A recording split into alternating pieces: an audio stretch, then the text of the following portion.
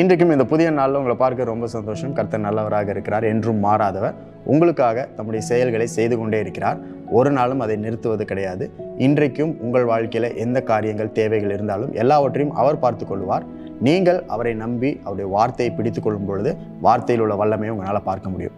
Mark 5ஆம் அதிகாரம் 27-28 வசனங்களை படிப்போம். இயேசுவை குறித்து கேள்விப்பட்டு நான் அவருடைய வஸ்திரங்களை ஆகிலும் தொட்டால் சொஸ்தமாவேன் என்று சொல்லி ஜனக்கூட்டத்துக்குள்ளே அவருக்கு பின்னாக வந்து அவருடைய வஸ்திரத்தை தொட்டாள். இன்றைக்கு ஆண்டவர் நம்மளுக்கு சொல்லுகிற காரியம் இதுதான்.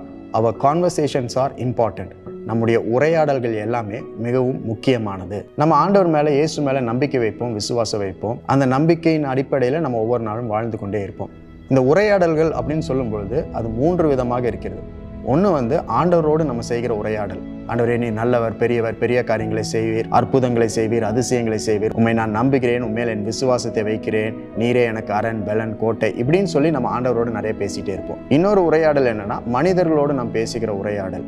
ஆண்டவர் எனக்கு இது செய்ய போகிறார், எனக்கு ஆண்டவர் மேலே நம்பிக்கை இருக்குது, எனக்கு கஷ்டம், நெருக்கம், பாடுகள் இதெல்லாம் இருந்தாலுமே கர்த்தருடைய வார்த்தை இப்படி சொல்லியிருக்கு, அதனால் ஆண்டவர் இப்படி செய்ய போகிறார் அப்படின்னு தேவனை பற்றி மற்றவர்களிடத்தில் நம்ம சொல்லிக்கிற உரையாடல். இதெல்லாம் ரொம்ப நல்லது தான். ஆனால் 3வது இன்னொரு உரையாடல் இருக்குது. அது என்னென்னா, நமக்கு நாமே என்ன சொல்லுகிறோம் அப்படின்றது தான். ஆண்டவர் மேலே நம்ம நம்பிக்கை வச்சு ஜெபம் பண்ணுறோம், ஆண்டவர் நல்லவர்ன்றது மற்றவங்களுக்கு சொல்லிக்கிறோம். ஆனால் யாரும் இல்லாத போது, தனியாக வீட்டில் இருக்கும்போது இதெல்லாம் நடக்குமா, இதெல்லாம் இப்படி ஆகுமா அப்படின்னு ஒரு அவிசுவாசம், ஒரு சந்தேகம் நம்மளுக்குள்ளே ஏற்படுகிறது. அது வேற ஒன்றும் கிடையாது, நம்மளோடு நாம் பேசிக்கொள்கிற உரையாடல் தான். ஆண்டவர் சொல்லுகிறார், உன்னிடம் நீ செய்யும் உரையாடல் தான் உனக்கு அற்புதங்களை கொண்டு வரும். இந்த சம்பவத்தை நம்ம நிறைய தடவை படிச்சிருப்போம். பெரும்பாடு உள்ள ஸ்திரீ இயேசுவின் வஸ்திரத்தின் ஓரத்தை தொட்டாலாகிலும் நான் சுகமாவேன் அப்படின்னு சொல்லிக்கொண்டு இயேசுவின் வஸ்திரத்தை போய் தொடுகிறாள். அப்போ இங்க என்ன முக்கியம் அப்படின்னா, அவள் தனக்கு தானே என்ன சொல்லிக்கொண்டாள் என்பதுதான் முக்கியம். இயேசுவின் வஸ்திரத்தின் ஓரத்தை தொட்டாலாகிலும் எனக்கு சுகம் கிடைக்கும் அப்படின்றத அவளுக்கு, தன்னுடைய இருதயத்திற்கு, மனதிற்கு அவள் செய்து கொண்ட உரையாடல் தான் அவளுக்கு அற்புதத்தை கொண்டு வந்தது. இயேசு சொல்லுகிறார், என்னை யார் தொட்டாங்க, என் இடத்துலேருந்து வல்லமை போச்சு அப்படின்னு கேட்கும்போது நிறைய பேர் இருக்கிறாங்க, நிறைய பேர் தொட்டிருப்பாங்க அப்படின்னு சீஷர்கள் சொல்கிறாங்க. ஆனால் இந்த ஸ்திரீ இல்லை, நான் தான் தொட்டேன், என்னை மன்னிச்சிருங்க அப்படின்னு சொல்லும் பொழுது இயேசு சொல்லுகிறார், ஸ்திரீயே, அம்மா, என்னுடைய துணியிலிருந்து வந்த வல்லமை உன்னை தொட்டு சுகமாக்கல, உன்னிடத்தில் இருந்த விசுவாசம் தான் உன்னை தொட்டு சுகமாக்கினது. நீ உனக்கு என்ன சொல்லி கொண்டேயோ அந்த வார்த்தை தான், அந்த உரையாடல் தான் உனக்கு சுகத்தை கொடுத்தது, அற்புதத்தை கொடுத்தது அப்படின்னு சொல்கிறார். நம்முடைய வாழ்க்கையிலும் அப்படி தான். பல நேரங்களில் ஆண்டவர் மேலே நம்பிக்கை இருக்குது, ஆண்டவர் நல்லவர் அப்படின்றத எல்லாத்துக்கிட்டையும் சொல்லுகிறோம்.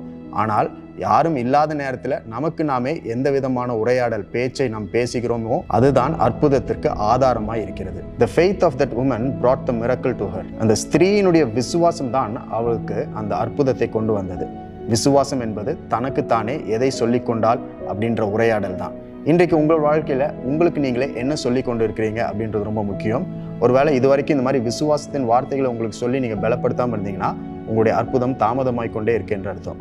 ஆகவே இந்த ஸ்திரீயை போல இந்த விசுவாசத்தை, இந்த உரையாடலை, உங்களுக்கு நீங்களே பேசுகிற காரியம் ரொம்ப முக்கியம் அப்படின்றத புரிந்து கொண்டு நீங்கள் செயல்படும் பொழுது, இந்த உரையாடலை நீங்கள் சொல்லும் பொழுது, இதை பேசும் பொழுது தேவனுடைய அற்புதத்தை உங்களால் பார்க்க முடியும். இன்றைக்கும் நிறைய அற்புதம் பெண்டிங்கில் இருக்குது.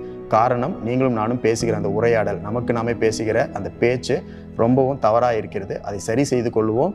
தேவ வார்த்தையை நமக்கு நிறையா பேசுவோம், விசுவாசத்தை பேசுவோம், தேவனுடைய அற்புதத்தை பெற்றுக்கொள்வோம். இன்றைக்கும் அற்புதம் நிறைந்த நாள். அதற்காக ஆண்டவருக்கு நன்றி சொல்லுங்கள்.